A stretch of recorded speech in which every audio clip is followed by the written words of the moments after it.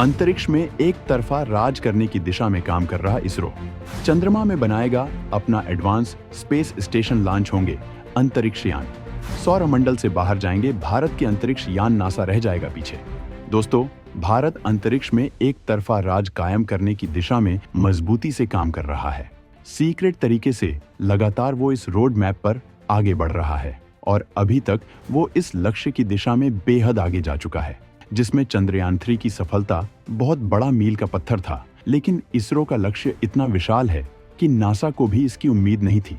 भारत जिस दमखम से आगे बढ़ रहा है, उससे इस बात का अंदाजा लगाया जा सकता है कि वो दिन दूर नहीं है जब अंतरिक्ष में भारत सबसे आगे होगा। यहाँ तक कि दूसरे ग्रहों में भी जीवन तलाशने की दिशा में भारत सबसे मजबूती से काम कर रहा है। भारत का मकसद केवल जमीन से सैटेलाइट्स की लॉन्चिंग नहीं है, बल्कि भारत चांद में भी अपना एडवांस अंतरिक्ष स्टेशन बनाने जा रहा है, जहां से धड़ाधड़ अंतरिक्ष यान की लॉन्चिंग की जाएगी और दुनिया के तमाम प्लैनेट्स में जीवन की तलाश की जाएगी।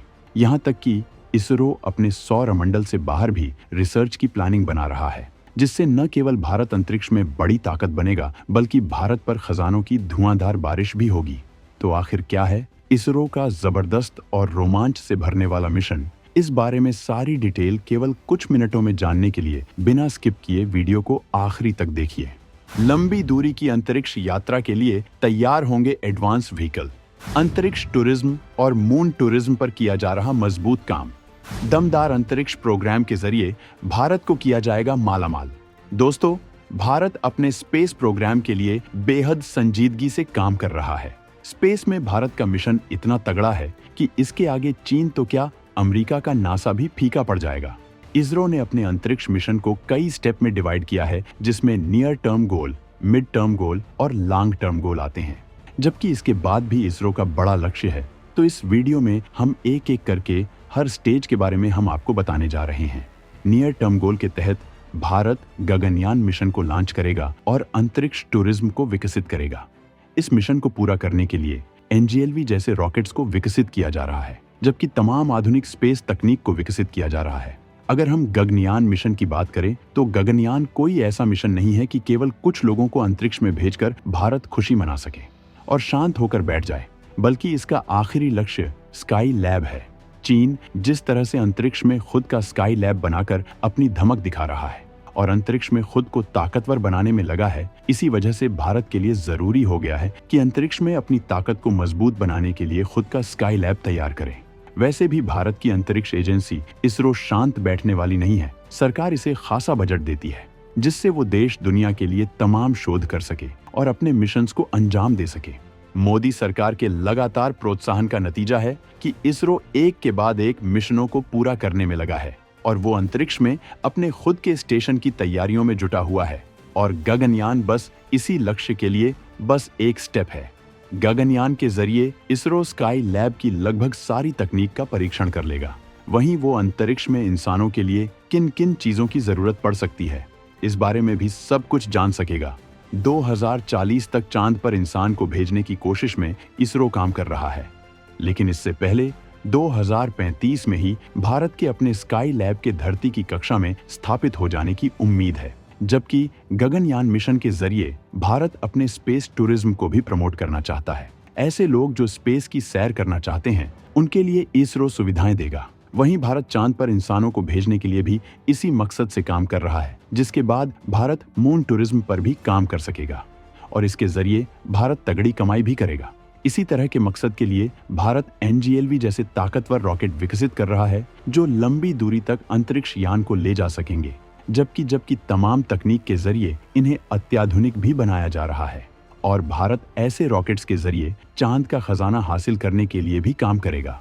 चीन चांद पर जाए उससे पहले भारत बना लेगा चांद पर अपना स्पेस स्टेशन। धरती से नहीं, फिर चांद से लॉन्च किए जाएंगे दूसरे प्लैनेट्स के लिए अंतरिक्ष यान। चीन चांद पर कब्जे के लिए साजिश कर रहा था, लेकिन भारत उससे भी तेजी से अंदर ही अंदर काम कर रहा है और अपने स्पेस प्रोग्राम के मिड टर्म गोल के तहत वो चांद पर पहले भारतीय की लैंडिंग कराएगा, जबकि चांद पर अपना बेस भी बनाएगा। इसरो चीफ जब बार बार चांद पर भारतीय को ले जाने की बात कर रहे हैं, तब दुनिया को लग रहा था कि भारत केवल तकनीक का दमखम दिखाने के लिए ऐसा कर रहा है। लेकिन आज का भारत बिना इकोनॉमिक्स फायदे के कुछ भी नहीं करता है। भारत का मकसद गगनयान की तरह ही चांद पर इंसान को पहुंचाने के बाद मून टूरिज्म को विकसित करना है, जबकि इसके साथ ही भारत मून में अपना स्पेस स्टेशन बनाएगा, जिसके जरिए दूसरे ग्रहों के लिए अंतरिक्ष यान भेजे जाएंगे, जबकि भारत अपने अंतरिक्ष स्टेशन को भी दूसरे स्टेज में ही स्थापित करेगा, जिससे वो अंतरिक्ष की तमाम बारीकियों का रिसर्च कर पाएगा। अगर हम अंतरिक्ष स्टेशन की बात करें तो स्पेस स्टेशन या स्काई लैब एक अंतरिक्ष यान ही होता है, जहां रहकर वैज्ञानिक तरह तरह के रिसर्च करते हैं। यह स्टेशन लगातार धरती के ऑर्बिट में चक्कर लगाता रहता है। इस अंतरिक्ष यान में लगातार एस्ट्रोनॉट मौजूद रहते हैं। एक एस्ट्रोनॉट टीम को यहाँ 6 माह तक रखा जाता है। उसके बाद दूसरी टीम भेज दी जाती है और पहली टीम वापस आ जाती है। मौजूदा वक्त में इंटरनेशनल स्पेस स्टेशन काम कर रहा है, जिसमें हमेशा कम से कम 7 एस्ट्रोनॉट रखे जाते हैं। कभी कभी इनकी संख्या बढ़ भी जाती है। इस इंटरनेशनल स्पेस स्टेशन को 15 देशों ने मिलकर तैयार किया था। इसमें NSA, यूरोपीय अंतरिक्ष एजेंसी, कैनेडियन स्पेस एजेंसी, जापानी एरोस्पेस एक्सप्लोरेशन एजेंसी और रूस की रॉसकॉस्मोस मुख्य हैं। ये 2030 तक अंतरिक्ष में काम करेगा। अगर हम भारत के स्पेस स्टेशन की बात करें तो भारत के स्पेस स्टेशन का ऐलान 2019 में किया था और बताया था कि गगनयान मिशन के बाद भारत 2030 तक इस सपने को पूरा कर लेगा। वहीं गगनयान मिशन इसका पहला चरण है, जिसमें अंतरिक्ष यात्रियों को धरती से 400 किलोमीटर दूर लोअर अर्थ ऑर्बिट में भेजा जाएगा। जहां तक गगनयान मिशन जाएगा, वहीं पर भारत ने स्पेस स्टेशन को स्थापित करने की प्लानिंग की है। स्पेस स्टेशन के जरिए धरती के तमाम रहस्यों का पता लगाया जा सकता है। संचार के लिए तमाम शोध किए जा सकते हैं। सौरमंडल सहित स्पेस के कई ऐसे राज्य खोले जा सकते हैं जो या तो कोई नहीं जानता है या फिर अमेरिका जैसे ताकतवर देश ही जानते हैं। जब भारत का खुद का स्पेस स्टेशन अंतरिक्ष में स्थापित हो जाएगा तो इससे देश के अंतरिक्ष मिशन को बहुत ज्यादा मजबूती मिलेगी और भारत अंतरिक्ष में उस तरह के सारे खेल कर सकेगा जैसा स्पेसएक्स और नासा करते रहते हैं। जबकि भारत लॉन्ग टर्म गोल के तहत तीसरे स्टेज में चांद में मौजूद मिनरल्स हासिल करेगा और मालामाल हो जाएगा। मतलब चांद में मौजूद तमाम खनिजों को खोदकर भारत तक लाया जाएगा। वहीं मून टूरिज्म के जरिए कमाई की जाएगी, जबकि इस स्टेज में चांद से दूसरे ग्रहों के लिए अंतरिक्ष फ्लाइट शुरू हो जाएगी। भारत को अपने इस महत्वाकांक्षी प्रोजेक्ट को पूरा करने के लिए विशाल इन्वेस्टमेंट, तकनीकी विकास और अंतर्राष्ट्रीय सहयोग को बढ़ाने की जरूरत पड़ेगी, जबकि भारत इसके जरिए पूरी दुनिया के अंतरिक्ष में उन सपनों को पूरा करेगा जिसकी उसने केवल कहानियां ही सुनी है। तो दोस्तों, अंतरिक्ष में भारत के इस ताबड़तोड़ प्रोजेक्ट पर आपका क्या विचार है, कमेंट में जरूर बताएं।